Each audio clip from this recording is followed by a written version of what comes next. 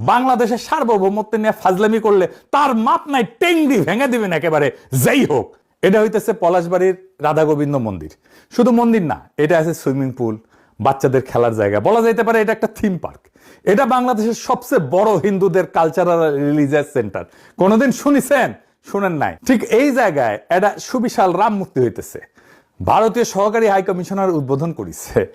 এই যে দেখেন, একই জায়গায় আর একটা সুবিশাল কৃষ্ণ মূর্তি হয়েছে, সেটা উদ্বোধন করেছে ভারতীয় সহকারী হাই কমিশনার। এই পলাশবাড়িতেই গীতা মহোৎসব হয়েছে, এই জায়গায়, এই মন্দিরে। ওইখানেও আসছে ইন্ডিয়ান সহকারী হাই কমিশনার। বাংলাদেশের হিন্দু সম্প্রদায় তাদের জন্মাচার করবে উৎসাহ উদ্দীপনার সাথে, এটা তো খুবই আনন্দের কথা। কিন্তু ইন্ডিয়ান হাই কমিশনার কাম কি, খামা কি আমরা পরে দেখবো নি। আমি ভাবলাম পলাশবাড়িতে মনে হয় হিন্দু সম্প্রদায়ের লোকজন বেশি, বা প্রচুর বড় লোক আছে হিন্দুরা। খোঁজ নিয়ে দেখলাম পলাশবাড়ি উপজেলায় 2011 সালে আদমশুমারি অনুযায়ী হিন্দু জনসংখ্যা 15,640 জন। সেই সময় উপজেলায় মোট জনসংখ্যা ছিল 2,44,792 জন, মুসলিম 2,29,030 জন, হিন্দু 15,640 জন। অর্থাৎ হিন্দু জনসংখ্যা ছিল মোট জনসংখ্যার 6.4% আর মুসলিম 92.48%। মানে সবচেয়ে কম হিন্দু অধ্যুষিত এলাকা বাংলাদেশের মধ্যে এটা। তো স্ট্র্যাটেজিক লোকেশনটা দেখেন, আমাদের দেশের জন্য ভৌগোলিকভাবে নাজুক একটা জায়গা। এত বড় স্থাপনা, মূর্তি করা অর্থায়ন কোত্থেকে আসিছে? আমাদের গোয়েন্দারা কি এই সংবেদনশীল নাজুক ভৌগোলিক জায়গায় একের পর এক সুবিশাল মূর্তি বসানোর বিষয়টা কি ক্রিটিক্যালি অ্যানালাইজ করছে? করেননি। এটা কে প্রতিষ্ঠা করছে জানেন? আসেন সেটা দেখি। হরিদাস চন্দ্র তরণী দাস, আরো নাম আছে, সেটা পরে দেখবো।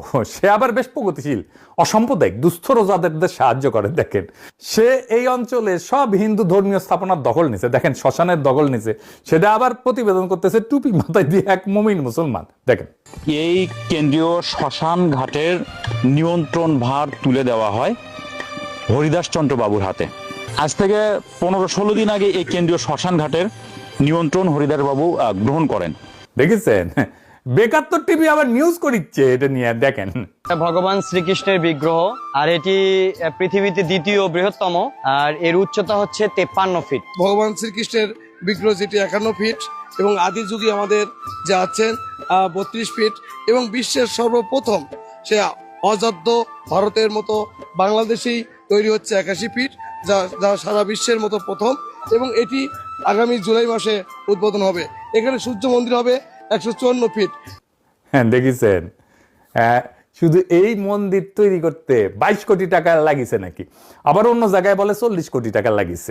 এক মাস যেতে না যেতে বিভিন্ন ভক্তর ফোন আসে, হরিদাস বাবু তুমি মন্দির করতেছো, আমরা তোমার মন্দিরে কিছু সাহায্য করতে চাই।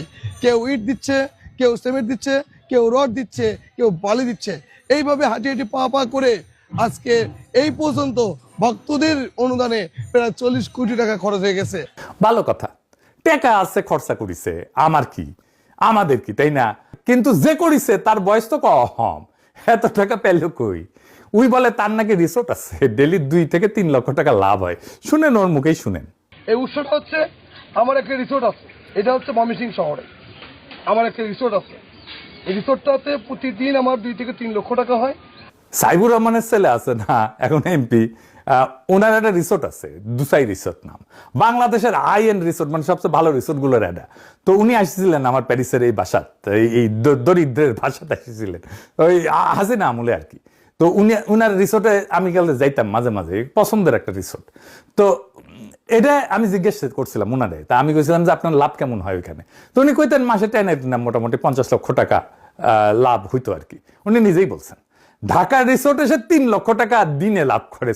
হ্যাঁ, ওই মেডিকেল কলেজ করবি, হাসপাতালও করবি। দেখেন, দেখেছেন? আজ এইবার আসেন দেখি সে টাকা পায় কোথায়। আমি নিজে কিছু কমো না, বাংলাদেশের মিডিয়ায় প্রকাশিত একটা প্রতিবেদন দেখাবো, মাথায় আকাশ ভেঙ্গে পড়বে। আসেন সেটা দেখি। তার নাম হরিদাস চন্দ্র তরণী দাস তৌহিদ, বয়স 34, জন্ম বাংলাদেশে, প্রতারণার শুরু শৈশবে। তবে ছোটবেলাতেই পাড়ি জমান ভারতে, সেখানে সারেন লেখাপড়া, জোগাড় করেন এতিম হওয়ার সনদও।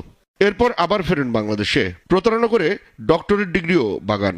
খোদ বাংলাদেশের প্রধানমন্ত্রী শেখ হাসিনাও তার পরিবারের নাম ভাঙানো শুরু করেন।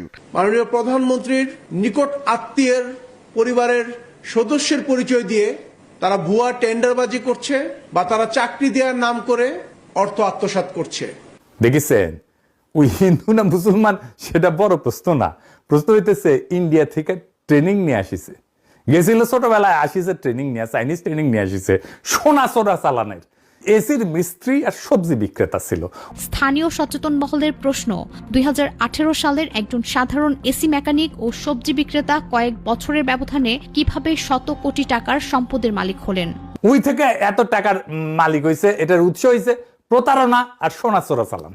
খুন টুনো করে, শোনেন ওর মুখেই শোনেন। আমি যদি তারা মেরে ফেলেন ভাইরে আলবান একদম মেরে ফেলেছে, পাল্লা যাবো, আমি যখন চলেই যাবো তখন তারা মারি। আর ওইখানে যায় লুথার কিং এর ধর্মমন্ত্রী শামীম কায়সার লিঙ্কন, জামাতের নজরুল ইসলাম লেবু। বাংলাদেশের পলিটিশিয়ানরা কেমন বেকুব, ভালসুনার মূর্খ দেখেন। বাটপারের সাথে ঘষাঘষি না করলে ওদের চলেই না। হাসিনা যারে বাটপার হিসেবে জেলে ঢুকেছিল তার সাথে সে ঘষাঘষি করে বিএনপি আর জামাতের লোকেরা। তাইলে আমরা কি করলাম জুলাইয়ে? মানে এদের বিন্দু মাত্র ডিউ ডিলিজেন্স নাই। উঠে যাচ্ছে সে কি, তার সে কি আমল নামা কি, আমার এটা বের করতে হবে না, আমার এটা বের করতে কয়েক ঘন্টা লাগছে, ওর উঠি বসে থেকে এটা বুঝতে পারে না। তাহলে কি রাজনীতি করে বুঝবার পারিছেন? ইন্ডিয়ান হাই কমিশনার জানে না এটা একটা বাটপার, জানে, তাও কেন যায়? আর এটা খুললাম না, এটা বুঝে নেন। কারণ ওক তো বাটপারি করার জন্য বসাইছে ওইখানে, ওই টাকা আসবে সোনা চোরা চালানের। আর এইখানে কমপ্লেক্স হবে, ওখানে হিন্দু সম্প্রদায়ের লোকজন আসবে, এটা বিশাল একটা ব্যবস্থা হবে ওইখানে। আর তারপরে এক সময় কেটে নিবে। এই তো হাসিনা অ্যারেস্ট করেছিল, ইউনূস সরকার ছেড়ে দিছে, এবার লুথার কিং মাথায় নিয়ে নাচবে। তার সিমটম দেখা যাইতেছে, আমি দেখাই দিলাম, রংপুর মায়ের ভোগে চলে যাবে। আর এইটার জন্য দায় বিএনপি জামাত উভয়েরই। আমাদের দুর্ভাগ্য যে কাদের ভোট দিয়া পার্লামেন্টে আনিছেন দেখেছেন রংপুরবাসী। এই এলাকায় আসলে ধরবেন, এদের ছাই দিয়ে ধরবেন।